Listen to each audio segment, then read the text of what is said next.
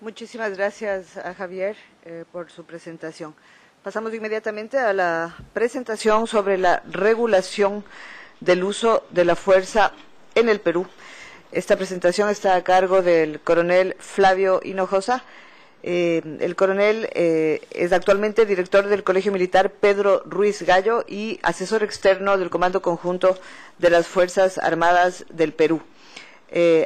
Además, ha desempeñado en los últimos años el cargo de director ejecutivo en la Oficina General de Planeamiento en el Palacio de Gobierno entre 99 y 2000. Ha sido comandante del Batallón de Ingeniería de Construcción número 3 en Huancayo entre 2001 y 2002, jefe del Departamento de Economía y Finanzas del FOVIME en 2004-2005, subdirector e instructor del Centro de Derecho Internacional Humanitario y Derechos Humanos de las Fuerzas Armadas entre 2007 y 2008, así como director del Centro de Derecho Internacional Humanitario y Derechos Humanos de las Fuerzas Armadas en el año 2009. Además, es oficial de Estado Mayor del Comando de Operaciones de la Fuerza Aérea del Perú en el año 2010 y, como decía hace un momento, actualmente es director del Colegio Militar Pedro Ruiz Gallo en Piura, Perú. Adelante, por favor, coronel, con su presentación. Gracias. Muy buenos días a todos y todas. Soy el coronel Flavio Hinojosa. Quiero agradecer, en primer lugar, a la presidencia de la Comisión de Asuntos Jurídicos y Políticos, a través de su Departamento de Derecho Internacional, y también al Comité Internacional de la Cruz Roja, que ha hecho posible mi presencia, la cual me honra sobremanera estar aquí presente para contarles la experiencia peruana en cuanto a la importancia real que tiene un Estado de dotar a su Fuerza Armada o a su fuerza pública de un marco jurídico adecuado para que esta fuerza pueda desempeñarse en forma adecuada.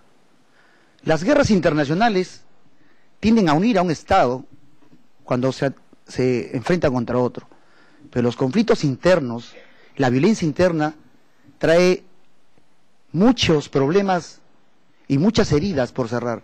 Es por eso la importancia que debe existir en cuanto hay la necesidad de defender un Estado de Derecho, una democracia, cuando hay violencia interna, cuando hay violencia armada, cuando hay conflictos sociales que se exacerban, tiene que salir la policía, tiene que salir la Fuerza Armada en el marco jurídico de la Constitución, de defenderla. Pero esta defensa, ¿cómo debe realizarse? En Perú hay 1 millar de oficiales de la policía y del ejército, de la Marina y la Fuerza Aérea, que están enjuiciados por violaciones a los derechos humanos. Y esto viene a raíz de algo que se pedía con mucha urgencia a la clase política: dotarnos de un marco jurídico para poder saber realmente los límites en los que uno puede actuar, de tal manera que la población civil que esté en el medio pueda salir lo menos dañada, y también tener un marco jurídico adecuado, no de buscar impunidad a la Fuerza Armada, sino darle realmente los límites legales, éticos y morales que dicen los estándares internacionales para que ésta pueda actuar. Les voy a hablar los antecedentes de mi país, ¿no? Hasta el año 1982, como en muchos países de la región, solamente existían unos reglamentos militares que no tenían mayor repercusión jurídica en el diario de venir del Estado. Se usa las armas de fuego cuando la misión está en peligro, o cuando la vida de las patrullas está en peligro, y punto, ¿no? Y así fue el devenir de Perú. Pero es en los 80, como ustedes conocen, que emerge grupos armados no estatales como Sendero Luminoso, como el MRTA, que ponen en jaque el Estado peruano y se enfrentan al Estado. Producto más de 25.000, otros dicen 60.000 muertos, desaparecidos entre civiles, grupos armados, militares, policías. Un saldo muy grande. ¿Qué había en ese entonces? Había, sí, directivas del Estado, directivas de las Fuerzas Armadas, que de una u otra forma, sin conocimiento real de que era un marco jurídico internacional, llámese artículo 3 común de los convenios de Ginebra, llámese en lo que han dicho el soft law, los códigos de justicia o los principios básicos de la ONU, no existía, no había ese conocimiento, no existía la integración ni la transversalización, como bien lo dijo Javier, producto de la integración y de la transversalización de esto creo que soy yo. Tengo 6 años en esos temas apasionantes para mí y que quiero compartirlos con ustedes, que pudimos esforzar y empujar un poco al Estado para llegar a esto. Es entre el 2007 y 2008 que ya asoma una ley del uso de la fuerza. Pero esta ley de uso de la fuerza tenía unos problemas, un tanto salió del Congreso un rápido por la presión mediática, por la presión que también hacía el Comando Conjunto al requerir un marco jurídico, y salió una norma. Pero esta norma hace que un grupo como la CONADI, que es la Comisión Nacional de Derecho Internacional Monetario, que es, valgan decir, para mí me enorgullece estar presente en esta comisión, porque nos juntamos militares, civiles, de diferentes sectores, justicia, defensa, interior, Secretaría de Cancillería, y con el gran apoyo también del Comité Internacional de la Cruz Roja y otros miembros de la sociedad civil, pudimos criticar esta norma y hacer un informe ejecutivo a nuestro propio Estado, decirle que esta norma no era la adecuada, tenía problemas como que no distinguían los ámbitos de aplicación de la fuerza, como hemos visto ahora con Ramín, los principios del derecho internacional humanitario, como hemos visto con Alexandra, con respecto al soft law, en otras situaciones de violencia interna que están bajo el umbral del conflicto armado, ¿no? Había una ausencia de claridad en terminología, se hablaba de enemigo, se hablaba de objetivo hostil, objetivo militar, y hacían una mezcolanza en lo que era un conflicto armado y una situación de violencia cotidiana, de una exacerbación del orden público simplemente. Entonces, esta mezcolanza traía, por ende, una gran espectro de error, ¿no? Se autorizaba el empleo de fuerza letal para defensa de bienes públicos y privados, por ejemplo, así, sin ni más. Se autoriza el empleo de la fuerza letal en defensa de un bien público o privado. O sea, si alguien estaba incendiando un bus, un ómnibus, eso le autorizaba a una fuerza a usar la fuerza letal, lo cual pues iba contra todos los conceptos. Y ya estamos hablando del año 2007-2008, acá nomás. Este informe que presentamos a nuestro Estado, bueno, trajo problemas para nosotros, porque se cuestionó un poco el trabajo de la CONADI. Pues ustedes están trabajando para el Estado o están trabajando en contra del Estado. Entonces, hay muchos aspectos que a veces uno se tiene que estrellar o golpear o persistir contra autoridades que muchas veces, y valgan en honor a la verdad, ignoran o no conocen el verdadero contexto de lo que es la normatividad o el marco jurídico del TIH y del derecho internacional de los derechos humanos. Bajo este contexto, a los pocos meses, en septiembre de 2009, es el propio Tribunal Constitucional del Perú que declara inconstitucional esta ley. Y a las 8 de la mañana nos quedamos nuevamente sin ley. ¿Y qué dijo este Tribunal Constitucional? Que efectivamente esa terminología inapropiada, que no había una definición clara de los ámbitos de aplicación del uso, ya sea en conflicto armado, ya sea en otras situaciones de violencia infra-DIH, había una mezcolanza, como ya lo había dicho, como ya lo había alertado la CONADI al Estado, y le exhortaba al Estado a dar una nueva norma en la cual integre lo que era DIH en el contexto real que le corresponde, si es que cabía el término, y lo que eran las normas del accionar de un funcionario encargado de hacer cumplir la ley. Por lo tanto, dejaba en suspenso esta norma y decía que se aplique los instrumentos internacionales del soft law, que eran los principios básicos de los funcionarios encargados de hacer cumplir la ley, como lo dijo Alexandra, y también el código de conducta. Esto creó un tiempo sin norma y que solamente estábamos apoyados en el soft law, que era lo único que teníamos. Pero urgía definitivamente esta situación. Ante esta oportunidad política, el Congreso de la República delega al Estado peruano facultades extraordinarias para legislar sobre el tema. Esta oportunidad la CONADI no la desaprovechó. La Comisión Nacional de Derecho Internacional Humanitario, en la cual hemos trabajado 3 años en esto, no desaprovechó esta oportunidad y empezamos a exponer al Estado, al Ministerio de Defensa, al Ministerio de Justicia, al Ministerio del Interior, cuál es nuestra propuesta de proyecto. Y se hace un proyecto de amplio debate, en los cuales estaban sentados militares, en actividad, en retiro, policías, miembros del Ministerio de Justicia, miembros de Defensa, y había que convencer, como dijo Javier, a las cabezas, había que convencer a los secretarios, o en lo que es en mi país, al ministro de Defensa, de decir que esta era la norma, que esto es lo que se buscaba, y que si nosotros hacíamos posible este cumplimiento de esta norma, íbamos a dar un gran paso adelante.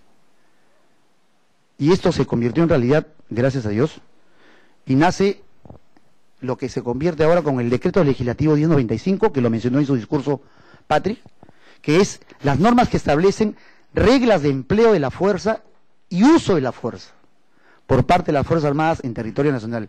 Parece que hay unos términos que no, que estarían, habría una duplicidad, pero no, se llama reglas de empleo de la fuerza y uso de la fuerza porque empleo de la fuerza lo llamamos ahora en el país cuando la fuerza se enfrenta o está en el contexto de un conflicto armado.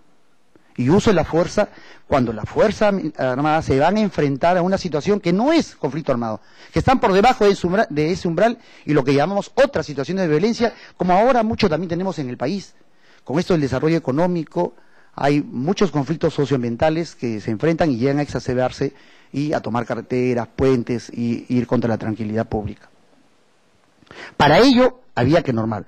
¿Cuál es la novedad de esta norma?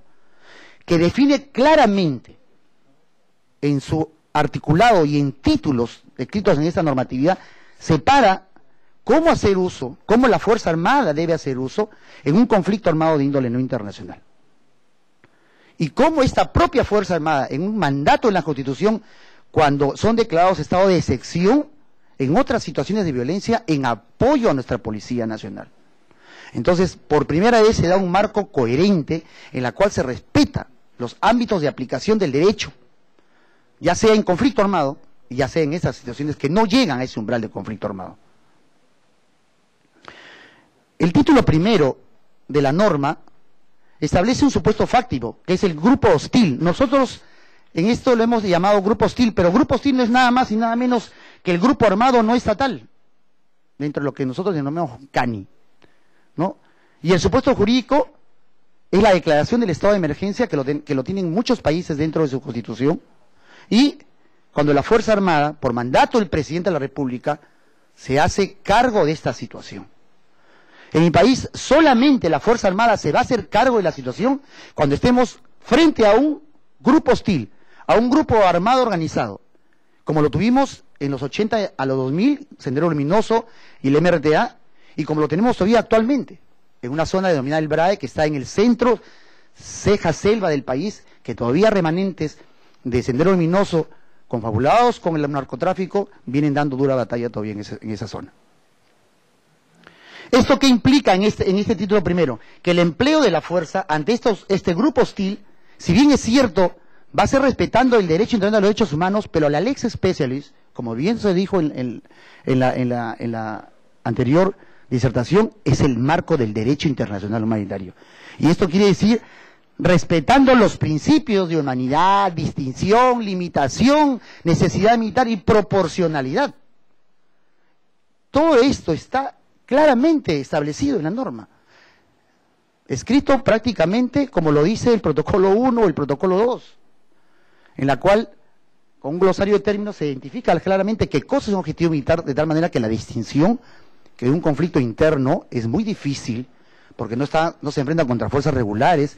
Sendero Luminoso no usaba uniforme, nunca lo usó, y estaba metido dentro de la población y era prácticamente un poblador mal, por eso el umbral del daño era mayor, ¿no? Conceptos como ventaja militar, que se dijo ahora con Ramín en su exposición, y en la cual el empleo de la fuerza letal es la norma. Entonces está claramente definido en este contexto. Cuando la Fuerza Armada va a salir en este contexto, ya sabe cómo va a accionar, qué principios tiene que respetar. En un segundo título, está el título 2, que es cómo actúa la Fuerza Armada en esas otras situaciones de violencia, en esas situaciones que no es conflicto armado, en esas situaciones que son conflictos sociales, ¿no? Protestas, muchas de ellas en el país ahora socioambientales. No sé si ustedes llegaron a conocer el problema que hubo en Bagua, fue muy sonado internacionalmente, hubieron 40 muertos en una zona de este tipo, que no llegó a ser conflicto armado, ¿no? Que no calificó absolutamente. Entonces, en estas situaciones de un supuesto fáctico de estas violencias o disturbios que están por debajo del umbral de un conflicto armado, pues la Fuerza Armada va a actuar en el supuesto jurídico que se declare en estado de emergencia. Y ese estado de emergencia, la policía militar, la Policía Nacional del Perú es la que se hace cargo, y somos nosotros, los de la Fuerza Armada, los que vamos a apoyar esta acción de la policía. Pero este uso de la fuerza, en estas situaciones, simplemente está enmarcado en el respeto restricto al derecho internacional de los derechos humanos. Vale decir que estos principios rectores que dijo Alexandra, de la legalidad, distinción y proporcionalidad, son los que están especificados en los principios básicos, no son los principios del DIH. Entonces, claramente el chip del hombre de la Fuerza Armada, del oficial de la Fuerza Armada, cambia y sabe que es en este contexto en el que va a tener que actuar. Y va a tener claramente definido el ámbito de aplicación de esa fuerza y el ámbito normativo que a él alberga. Y esto obviamente va a establecer niveles de uso de la fuerza. Como se estableció en la pirámide que presentó muy bien Alexandra, en esos la verbalización va contra una situación todavía inactiva. Si esto va subiendo, la escala de violencia va subiendo, la respuesta también va subiendo en función a esta calidad de respuesta que va teniendo la fuerza, una Fuerza Armada realmente profesional, y en el cual la excepción es el uso de la fuerza letal, y la excepcionalidad es el uso de la fuerza letal. Creo que haber definido esto claramente en una norma doméstica, una norma interna, definir los parámetros en que va a actuar una fuerza es definitivamente vital. Pero ahí no queda todo, hay algo más todavía. Este decreto legislativo tiene términos, porque nos dimos cuenta que la policía, que el ejército, que la infantería y marina tenían diferentes formas de llamar las cosas. Había que uniformar criterios, ese es vital. Un glosario de términos que sirva a la fuerza para unificar criterios y también sirva a los operadores de justicia cuando tengan que calificar excesos probables, violaciones probables en el uso de la fuerza. Importantísimo, la instrucción y entrenamiento que deben tener. Había, y si está en el proyecto, porque eso todavía está caminando, estamos en ese proceso de transición de ya la ejecución real de esa norma, en los cuales se están trayendo a los mejores policías expertos, llevarlos a los cuarteles de las Fuerzas Armadas para que enseñen cómo se va a enfrentar a esa masa, a esta muchedumbre. Porque el elemento de la Fuerza Armada tiene en su concepción, en su instrucción y entrenamiento, la guerra. Esa es su razón de ser. Y hay que decirles que esa forma de actuar, de aplicar en una operación militar normal y convencional no es el camino, y es otra forma en la cual se va a hacer el empleo y uso de la fuerza. Esto también está implementado dentro de la norma. Y otra cosa que es importante, el financiamiento, porque hay que financiar la instrucción, hay que financiar el entrenamiento, hay que financiar el equipamiento. Como dijo Alexandra, qué bonito, una bonita ley, ¿no? La gente está bien instruida, y si no tengo el equipo, si no tengo el equipo de protección adecuado, mi casco, mi coraza, mi escudo, si no tengo las suficientes armas no letales, y solamente voy con mi fusil, entonces esto implica también un financiamiento. ¿Y en quién recae la responsabilidad de decir a la Fuerza Armada en qué situación va a ir esta fuerza? ¿Va a ir bajo el aspecto del título primero contra un grupo hostil? ¿O voy a ir a enfrentarme simplemente a un conflicto social que se ha exacerbado en su violencia? Pues en esa norma se le delega al presidente de la República, bajo un decreto supremo, que la Fuerza Armada va a ir y se va a decretar estado de emergencia y va a ir a combatir en tal lugar por tanto tiempo y bajo las normas, ya sean título primero, un grupo hostil, por ende operaciones militares, por ende CANI, por ende artículo 3 común, por ende principios del DIH, o esta fuerza va a ir a apoyar a la policía, ¿no?, respetando los principios básicos de los funcionarios encargados de hacer cumplir la ley, en la cual la excepción de la fuerza letal es el último ratio y que solamente está yendo en apoyo a la población. Esa delegación de mandato a la Fuerza Armada lo va a hacer el presidente de la República con un decreto supremo. Y como todo tiene que tener responsabilidades y rendición de cuentas e informes, como se dijo también en la exposición de Alexandra, también está en esta norma la obligatoriedad que tiene la Fuerza Armada después de cada operación hacer un informe exhaustivo de cómo se debe rendir cuentas a fin de que si hay heridos, detenidos, muertos, estos van a ser investigados inmediatamente por la Fiscalía, por el Ministerio Público, de tal manera de poder determinar responsables y grado de responsabilidad. Bueno, con esto, rápidamente, es la experiencia en los cuales un grupo de militares, un grupo de funcionarios, un grupo de la sociedad civil y el apoyo permanente de asesoramiento técnico del Comité Internacional de la Cruz Roja hace posible que una comisión nacional haya empujado, así, disculpen la palabra, porque es un poco fuerte, ¿no?, y hayan estado sensibilizando permanentemente a su Estado para que adopte, apruebe y autorice una norma jurídica que, para mi entender, es una norma de avanzada. Y yo creo que en ese aspecto me enorgullece estar presente representando a mi país para decir que gracias a este esfuerzo comunitario se ha podido lograr una norma que sí podría ser de ejemplo para nuestros demás países hermanos. Muchas gracias por la atención y que Dios lo bendiga.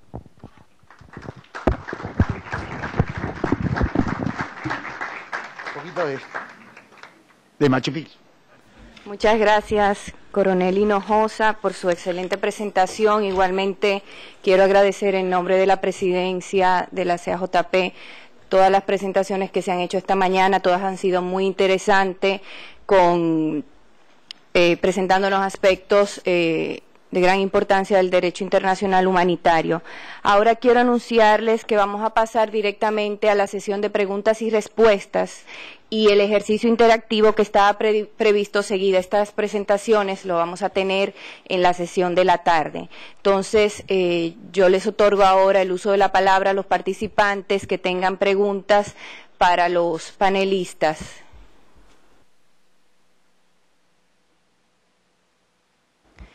Tiene la palabra el delegado de México, Pablo Monroy. Muchas gracias, vicepresidenta. Y primero que nada agradecer a la Secretaría General de Asuntos Jurídicos de la organización y muy particularmente al Departamento de Derecho Internacional y por supuesto al Comité Internacional de la Cruz Roja por una nueva edición de este curso que sin duda es sumamente útil para todos nosotros. Agradecer también a los panelistas. A todos han sido verdaderamente exposiciones muy interesantes. Y tengo yo una pregunta dirigida al coronel Hinojosa.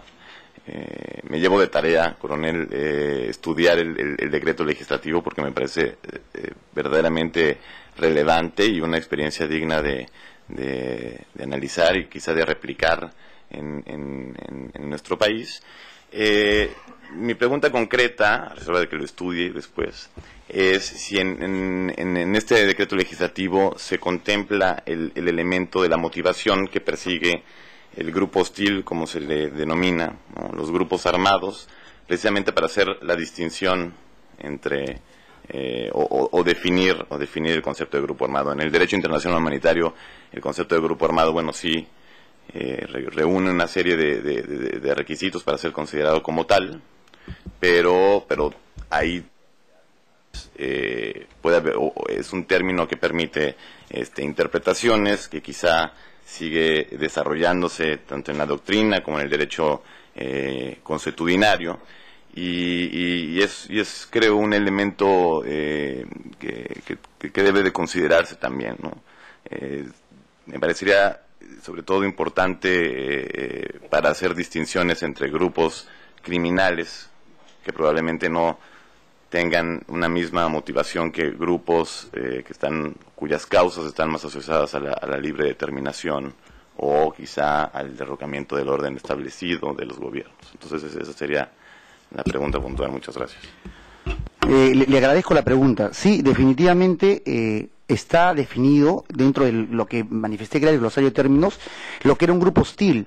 Y dentro del grupo hostil definitivamente es la definición que conocemos dentro del aspecto del marco teórico de que lo que es el DIH, lo que es un conflicto armado no internacional, cómo definir cuando estamos ante un conflicto armado no internacional si el grupo armado o este grupo armado calificaría de acuerdo a los criterios de evaluación que se han dicho de organización y de la violencia armada alcanzada. Esos dos criterios hacen que se valorice y se pueda decir si estamos frente a un grupo armado hostil. No existe la valoración si es política, si es delincuencial, si es un cártel. No existe. Existe si este es un grupo que tiene la capacidad de organizarse, tiene la capacidad de reclutar, tiene un mando, tiene una cadena de mando, una organización militar dentro de su estructura, y tiene una capacidad de desarrollar una violencia armada en el tiempo y que llegue a cierto nivel por las armas y por el daño, el umbral del daño que causa, y la respuesta del Estado en esto. Todo esto configura lo que nosotros definimos como un conflicto armado, y todo esto va a configurar a su vez si lo que tenemos al frente es un grupo armado organizado. Esa es la valoración que se hace, no una valoración moral, no una valoración política, ni del aspecto de relevancia delincuencial que puede desarrollar este grupo. Ahora